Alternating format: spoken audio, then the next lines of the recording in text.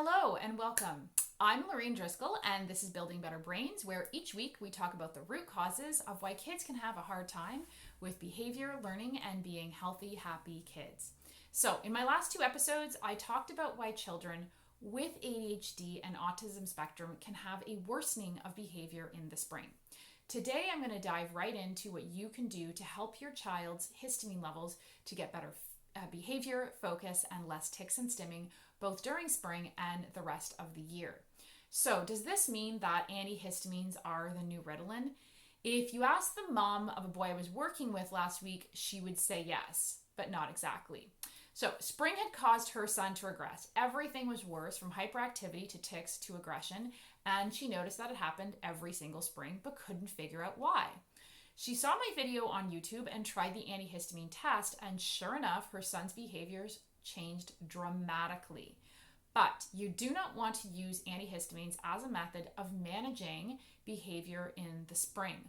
While a trial or a test with antihistamines over about a period of a week or so can help you determine if histamines are driving some of your child's behavior, you do not want to depend on them. And that is because the research has shown that depending on antihistamines regularly actually aggravates the problem over time, making the allergies more severe, making antihistamines more ineffective and requiring more and more of them, while also producing all sorts of side effects from taking the medication on a regular basis. Lowering histamine naturally by addressing why this is happening in the first place is key.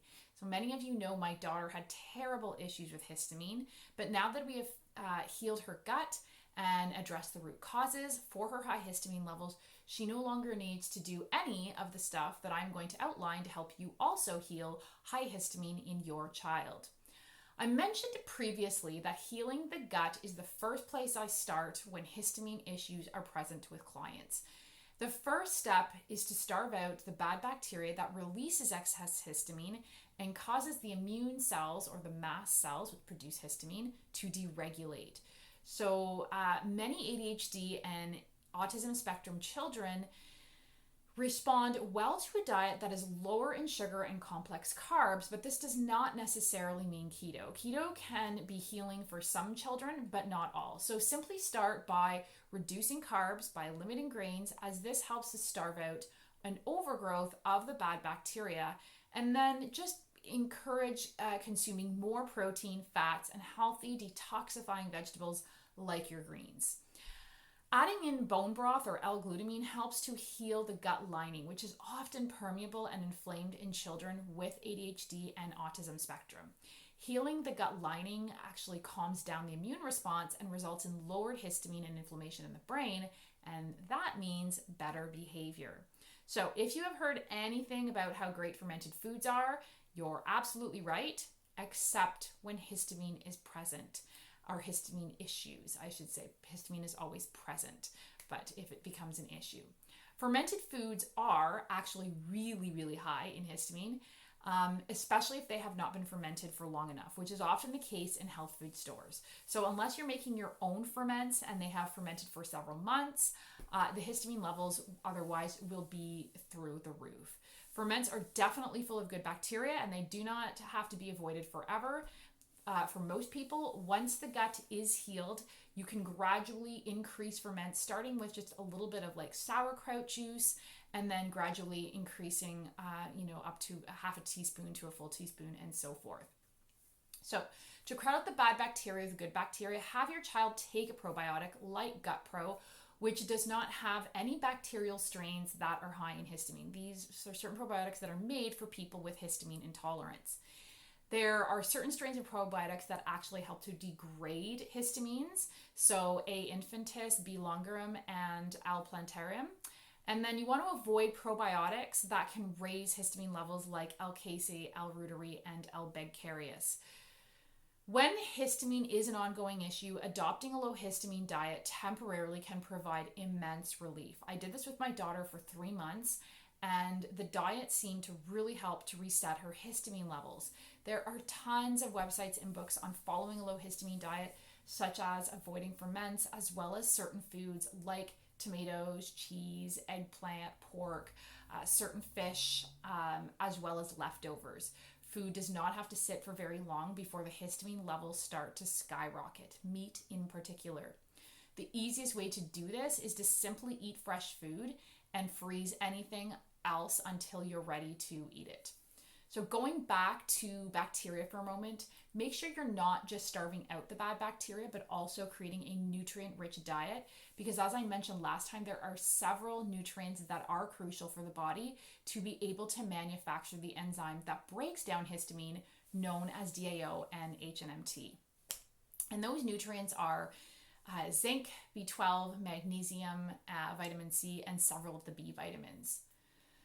So diet can certainly help with addressing the root cause of excess histamine and creating better behavior all year, but going the extra step to stabilizing the mast cells during allergy season to prevent excess histamine release is often necessary.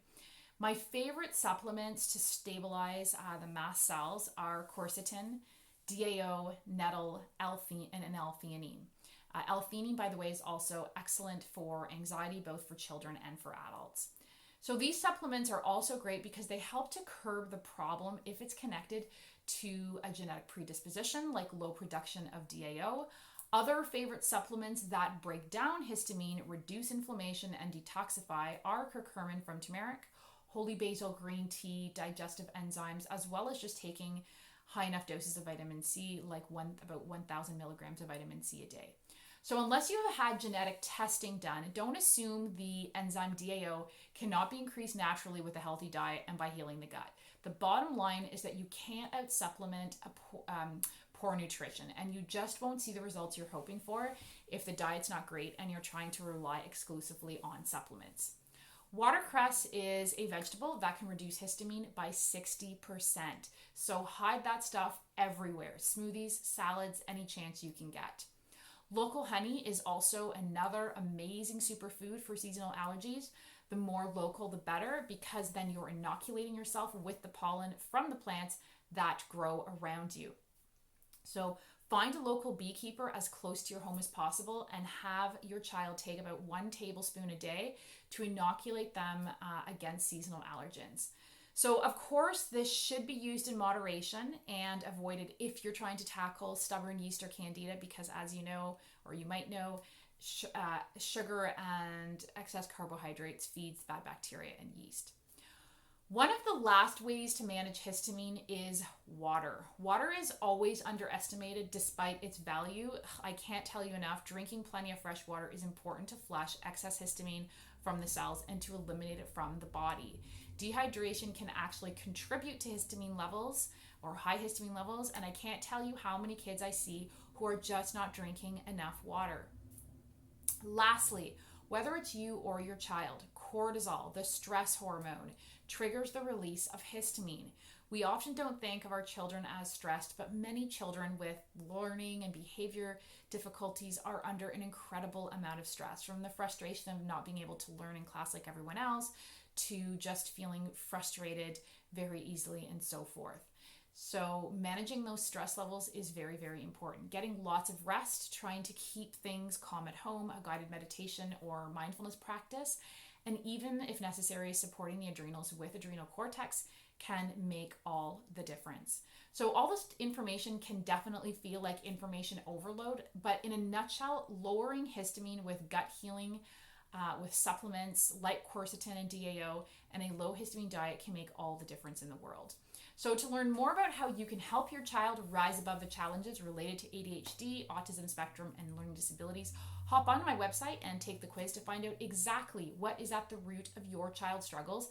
And check out my YouTube channel, where you will find tons of tips and tricks to improve learning and behavior.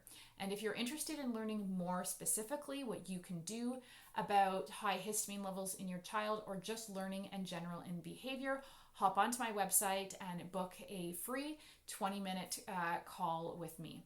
I'll post the links to some of the resources I mentioned in the comments below. Have a great day.